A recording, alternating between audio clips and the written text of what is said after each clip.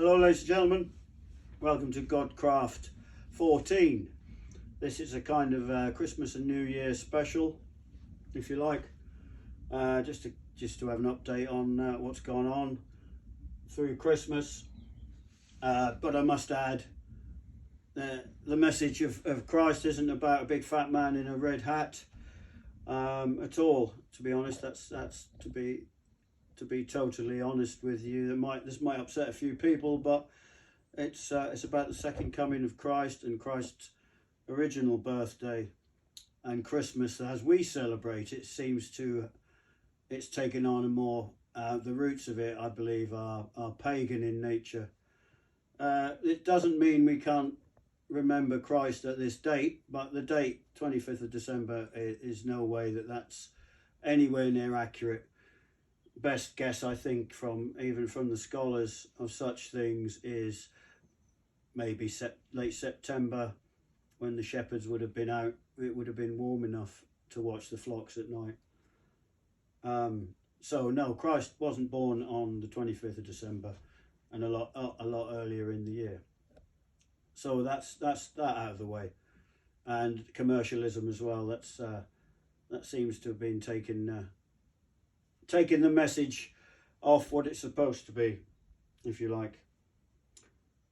So I hope you don't mind the representation, the double-edged sword there. That's what it says in the Bible, that God's word is as sharp as a double-edged sword,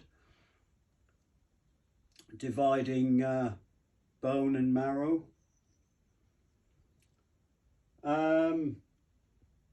Too many R's and ums. So today's date is the 3rd of January 2022. So Happy New Year, everyone, if you believe that this is the new year. It's not the Hebrew New Year, that's later in the year. I know this might be complicated for some people to take in, but there's a number of calendars going on these days. Or always has been, sorry. It just might be new to a few people. So I want to focus on this word tribulation. I mean, since I've started this particular show, you hear me talking about the bad things that have been going on, and it's leading up to Christ's second coming, I believe, or the signs are glaringly in our face, and I'm just trying to wake us all up to what's down the line, as it were. So if you're more of a Bible expert and you know these things, you'll be expecting something that's called the tribulation. I don't believe we're in that yet, but we're getting close. So bigger stuff happens in the tribulation. So these aren't popular things to talk about, but in Revelation it talks about a third of the sea will be destroyed, a third of the ships of the sea, a third of the trees will be burned up, and a third of the grass. I mean, and this is on the whole earth. And how that will look in real life, your guess is as good as mine. But we aren't at that stage yet, I don't think.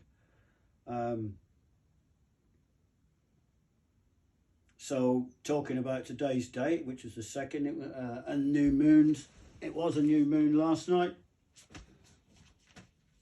And I know I go on about the moon cycles, but it says pay attention to these, because that's what God's calendar, I nearly said Gollum's calendar then, that's what God's calendar is built around. So that's why I focus on the new moon, on the moon cycles. So last night, for instance, and this is today's paper, this is today's Express. So you've got, January the 3rd, 2022. So that's in the news. I'm not going to get you to focus in on it. That is, blaze devastates South Africa's parliament.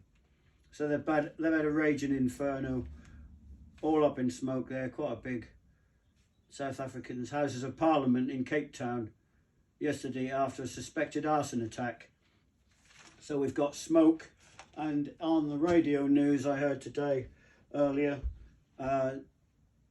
2 stabbings, another 2 teenagers stabbed in London. So again, that's new moon, blood, smoke and fire, all in the same in the same period around the new moon. So that's one of them to talk about. And I want to focus a bit on the fact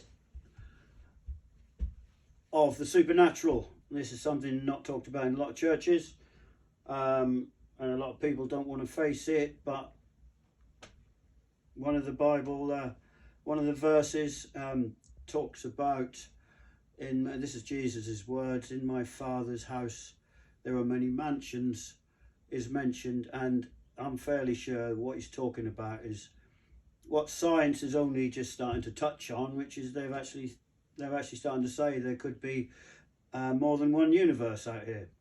So that's without doubt what Jesus was talking about. So it's other realities, the multiple heavens you hear about in the Bibles. I think it's up to 3 heavens, something like that. I'll do a show on where that's covered more in depth in the future, but I think it's up to 3 heavens is mentioned. I know the 7th heaven is a popular saying, but I don't think that's real. I think there's only 3. Yes, I think that's scriptural. And if you're not a Bible follower of all that kind of stuff, because I'm well aware I'm talking to a big spectrum of an audience here. I've got maybe the top 20-30% really know what they're talking about and would be on my case if I got any small detail wrong. But I'm hoping the bottom 50% of you haven't even looked at such things before, and you're my main audience, to wake up to what's going on and to get yourselves to the nearest study group and start to find out for yourself. That's the aim of this. The aim and the purpose of this show is to show you that these things are really unfolding in front of our eyes, and it's not too late to get yourself saved and basically believe in Jesus before he comes back. And all the signs that I talk about, the eruptions on the earth and on the heavens, are all signs that his second coming is near, basically. So the supernatural realms, yes. So that's very real. And the Antichrist. I want to talk about the Antichrist as well. Another hot topic that you don't often get in many churches, but there are many Antichrists. I believe a lot of people are going to say it's how you interpret it. But there will be, essentially, an Antichrist is someone who doesn't believe in Christ's message. So they don't have to be anything particularly nasty, only not believe. But then you've got the other end of the spectrum, which is the pure haters, And I've mentioned it before about narcissism and the rise of narcissism, and that seems to be everywhere at the moment. And evil as well, actually believing that evil exists, which is something that I'm going to put forward to be a real thing. Whereas science would just say they're just ill. I would suggest no, there's evil people, and I'm going to in future shows I will give and present evidence of how you would spot an evil person. And the difference between someone who might just be a little bit ill or someone that might be, we'll say possessed by what the Bible would call demonic spirits. So where would these come from? So it does say in the book that at the fall of man, which is why the flood happened. We're going back thousands of years now to Noah's flood. So this I can't prove, but there's a lot of scholarly people who know a lot more than I do that are saying that the evil spirits that are about, if you believe such things, could well be if you ask where they came from, they could well be the disembodied spirits of all the fallen angels that God took out with the flood thousands of years ago. And if you know the Noah story, you'll know what that's all about. And that leads me into the next thing I'm going to talk about, which is something from Isaiah, book of Isaiah.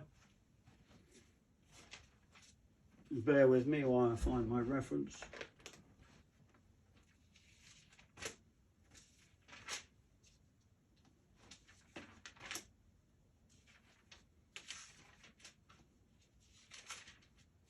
There we go. I'm bad at reference books, so sorry I'm slow. Isaiah 30:26. Interestingly, it says, when the towers fall. Only a few years back, we've had the towers falling. Make of that what you will. I'm talking about the Twin Towers. In the day of the great slaughter, when the towers fall. Well, it was a day of great slaughter. I'm talking about 9/11. Moreover, the light of the moon will be as the light of the sun. Okay. So, Mr. Cameraman, can you, in fact, yes, I'll do that in a minute, as you were. So the light of the moon will be as the light of the sun. Basically, they're saying the moon's going to be a lot brighter. I've got evidence of that I'll show you in a minute. And the light of the sun will be sevenfold. That could just be referring to the temperature the Earth's at. We've just had a record-breaking New Year's Eve, 13 degrees out and about. People were in shorts and it's warmer than I can remember it. So that light of the sun thing could just mean the heat of the sun. But I've got photographic evidence to show you that the moon is super bright at the moment and the sun is looking quite unusual. But that's just me. I'm not a scientist. But they say the camera never lies. As the light of and the light of the sun will be sevenfold, as the light of 7 days, in the day of the Lord, and he binds up and bruises his people, and heals the stroke of their wound. Behold, the name of the Lord comes from afar, burning with his anger, and his burden is heavy. His lips are full of indignation, and his tongue like a devouring fire. His breath like an overflowing stream which reaches up to the neck, to sift the nations with a sieve of futility. And there shall be a bridle in the jaws of the people, causing them to err. So that's all I want to go on with that, I think. So basically, when Christ comes back, he's going to be, it's not all Jesus meek and mild. That was an example for us to live by. When he comes back, he's going to be coming back quite different, I think you'll find, and in judgment. And angry, you could even say. So that's what the signs are all about. It does say in that, later on in that chapter actually, talks about Mighty One of Israel. The Lord will cause his glorious voice to be heard and show the descent of his arm with the indignation of his anger and the flame of devouring fire. Well, you've got that going on all over the world. The record-breaking fires, I've talked about them before. They're on the up. And the flame of a devouring fire with a scattering tempest and hailstones. Record-breaking hailstones as well last year. It might have been Australia. I'll have to refer to another show. And I think they were talking about hailstones the size of baseballs. So they're like apple size, that kind of thing. Probably the size of those. Oh, how'd you like them apples, by the way? Them red ones. They're nice. It talks about Assyria will be beaten down. Well, that's happened as he strikes with a rod. So Syria is now totally devastated, and that's not new either. So that's Isaiah. I'll show you the pictures. Let me come up to the camera here, or do you come to me? So that's a picture of the moon. Can you focus right in? That was one full moon ago, about a month ago I took that. And that's extremely bright, just like the sun. Hold it there. Another one of the moon. So in the foreground there underneath, that's a street light, which is pretty light, and the moon has got the same luminosity, as you can see, or brightness. If you use a more basic language. You can go back now. Thank you.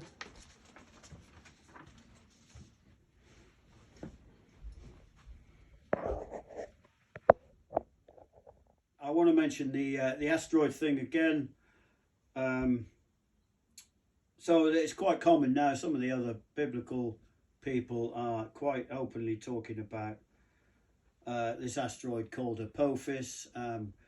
If you know anything about the Bible, there's a big, what looks like they're describing an asteroid. It's called Wormwood, and it's pretty much likely that they're talking about this asteroid that is really up there called Apophis, and the scientists of the NASA have said 2029. I think they said that's a very close approach with any type of possibility of doing any damage, but at least taking out satellites. So it's that close. That might be close enough. This thing is very big. But the interesting thing about it, because I've been talking about asteroids for ages, now everyone is, interestingly. But the interesting thing about that is the code name for that particular asteroid is 99942. I've only just learnt this. In our first Godcraft show, that was the date that we first broadcast. Perhaps a coincidence. I find it interesting. So I'll leave that there, park that a minute. So let's hope it misses us if it does come past. But also stuff in the sky, signs in the heavens, sorry. Massive planet has just been discovered. This was in the news around a full moon. Massive planet, 10 times the size of Jupiter, that shouldn't exist. That was the words used in the newspaper. I'm not sure what they're referring to. Maybe they're talking about it's in another reality and it's not always there, perhaps. I don't know. We'll do a show on that sometime in the future. Supernatural, I've got a couple of photographs for you to zoom into if you can. So this particular one, I've talked about the end of the church age, which we're somewhere near. What that means in reality, apart from record numbers of people not going to church anymore like they used to, I'm not sure. But it is a reset coming to an end of. But as I talked about that, I had a fire in my back garden recently, and I was just randomly photographing the flames, and one of them is that. And you may or may, there's pretty much a church in there. That is a church on fire in the flames. And folk, do the best you can.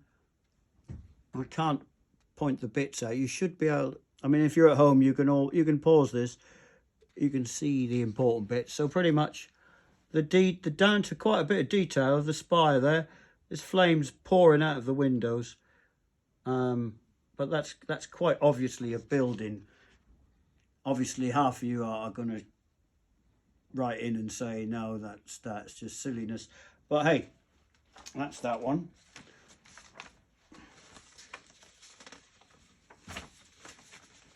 This possibly is silliness, but again, thought I'd show it. What would you call that? Baby horse, perhaps? That could just be coincidence. But we've got a little bit more. This is a horse rearing up. Red horse even. I'm not saying it's the red horse, but that's you know, there it is rearing up. There's its mouth. No rider on the back at this point. Use your imagination a little bit, but we'll get there. This one's the most convincing, I think, the next one. So what we've got there is what I'd call a scribe or a monk with a book. Old school, dressed in an old school monk's get up with his hair tied up. That's, I don't have to point out any bits there, that's quite obvious. That'll do for them, thank you.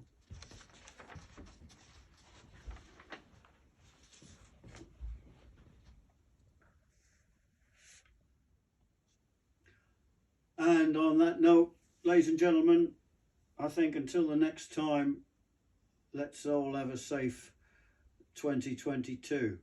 And maybe if you're into number stuff, we've got 0222 in the morning on the